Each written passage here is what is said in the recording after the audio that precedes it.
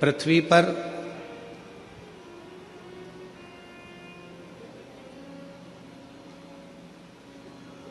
अमीर बनना बहुत सरल है। आप मृत्युलोक में जन्म लिए हो, पृथ्वी पर आए हो, अमीर बनना बहुत सरल है, बहुत सरल। पर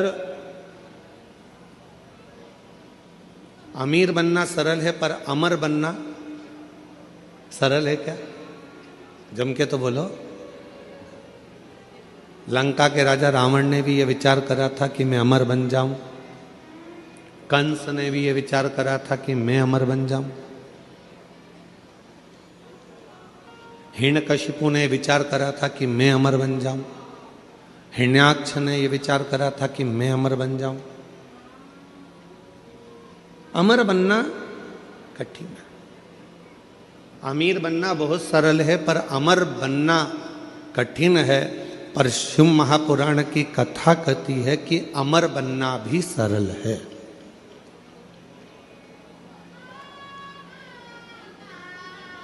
कैसे अमर हो सकते हो? जीवन मानव का मिला है, कोई अच्छा कर्म कर कर चले जाओ। मानव की देह मिली है, कोई ऐसा कर्म कर कर जाओ कि आप अमर हो जाओ। अमर।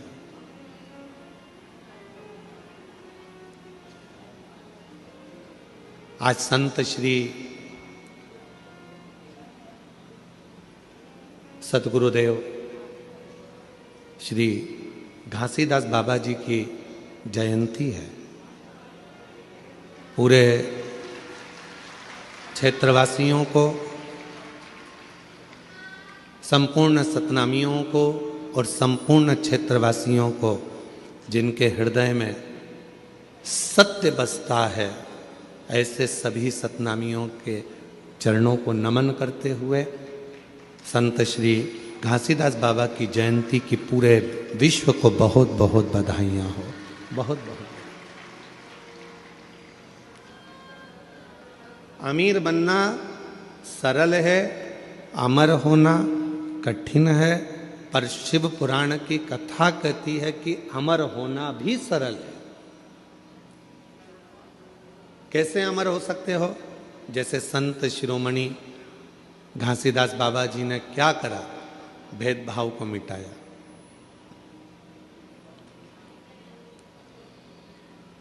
नारी के जीवन का आदर कैसे होना चाहिए, स्त्री का सम्मान कैसे होना चाहिए, संत श्री जगत गुरु गुरुदेव श्री घासीदास बाबा जी ने बताया। सत्य कैसा होता है, अहिंसा परमो धर्म का भाव कैसे होता है, सामाजिक समरसता कैसे होता है, जीवन में उलझनों से निकलने का साधन क्या हो सकता है।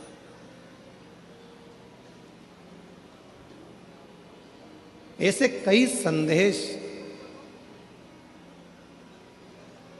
संत श्री गुरु घासीदास बाबा जी ने दिए, जिसको सतनामी समाज अपने अंदर धारण करती है।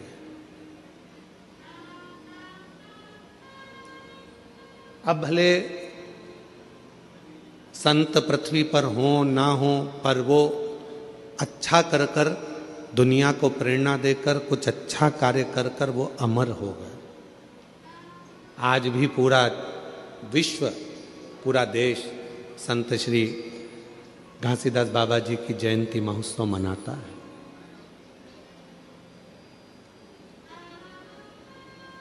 अमर होना इतना कठिन नहीं है।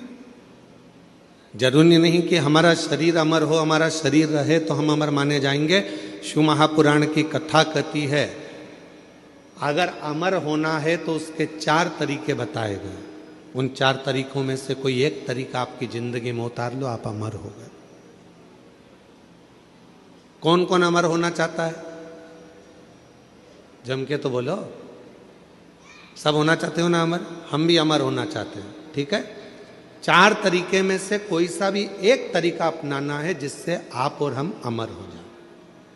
पहला तरीका अपनाने के लिए तैयार हो जाओ।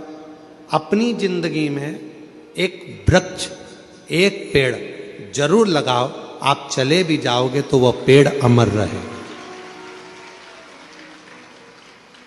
अमर होने के 4 तरीके बताए हैं। पहले नंबर का है वृक्षारोपण। अपने नजदीक में, अपने करीब में कोई अच्छी जगह पर एक वृक्ष लगाओ, उस वृक्ष की परवरिश करो और उस परवरिश को कर कर उस वृक्ष को लगाकर बड़ा करो।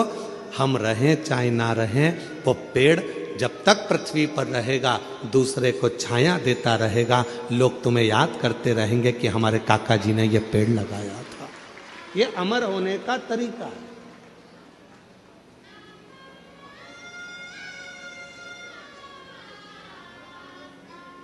इसलिए अब की बार जो शिवरात्रि आ रही है फरवरी के महीने में, महाशिवरात्रि, उस शिवरात्रि का हमने नाम दिया है ग्रीन शिवरात्रि। ग्रीन शिवरात्रि का मतलब है कि अभी तक अपन ने शंकर जी को जल चढ़ाया, शिव जी की पूजन करी। इस वर्ष 2026 में महाशिवरात्रि के दिन सबको एक एक वृक्ष लगाना है, बेलपत्री का पौधा लगाना है, उसकी परवरिश करना है, उसको बड़ा करना है, जिससे आप और हम रहें चाहे ना रहें। पर वो बेलपत्री का वृक्ष जब बड़ा हो, उसकी पत्तियां टूटकर शिव जी को समर्पित हों और हमारी ये पृथ्वी पूरी हरी भरी हो और लोगों को ऑक्सीजन की जरूरत ना पड़े, वेंटिलेटर की जरूरत ना पड़े। हमारा पूरा देश फिर ग्रीन हो, हरा हो और हरा भरा हो। इसलिए अमर होने के 4 तरीके बताए। पहले नंबर पर है वृक्ष लगाओ और वृक्ष लगाने की प्रेरणा दो। दूसरे नंबर पर अमर होने का दूसरा साधन बताया। अमर होना चाहते हो तो दूसरा तरीका है, अपने बच्चे को जैसे पढ़ाते हो वैसे ही कोई गरीब का बच्चा जिसको अच्छी एजुकेशन की ज़रूरत है और उसके पास पढ़ने का पैसा नहीं है, अपने पैसे से उस बच्चे को धीरे धीरे पढ़ाना चालू करो। जब वो किसी अच्छे ओहदे पर जाकर बैठ जाएगा, समझ लेना कि आप अमर हो गए, आपकी जिंदगी अमर हो गई, आप अमर हो गए।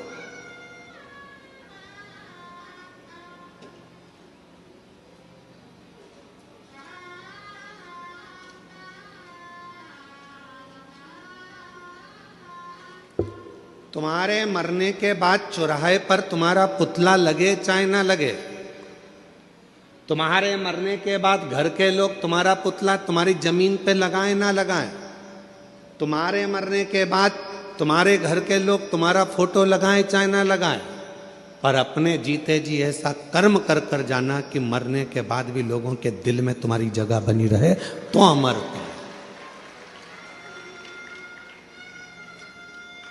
तो आप अमर हो।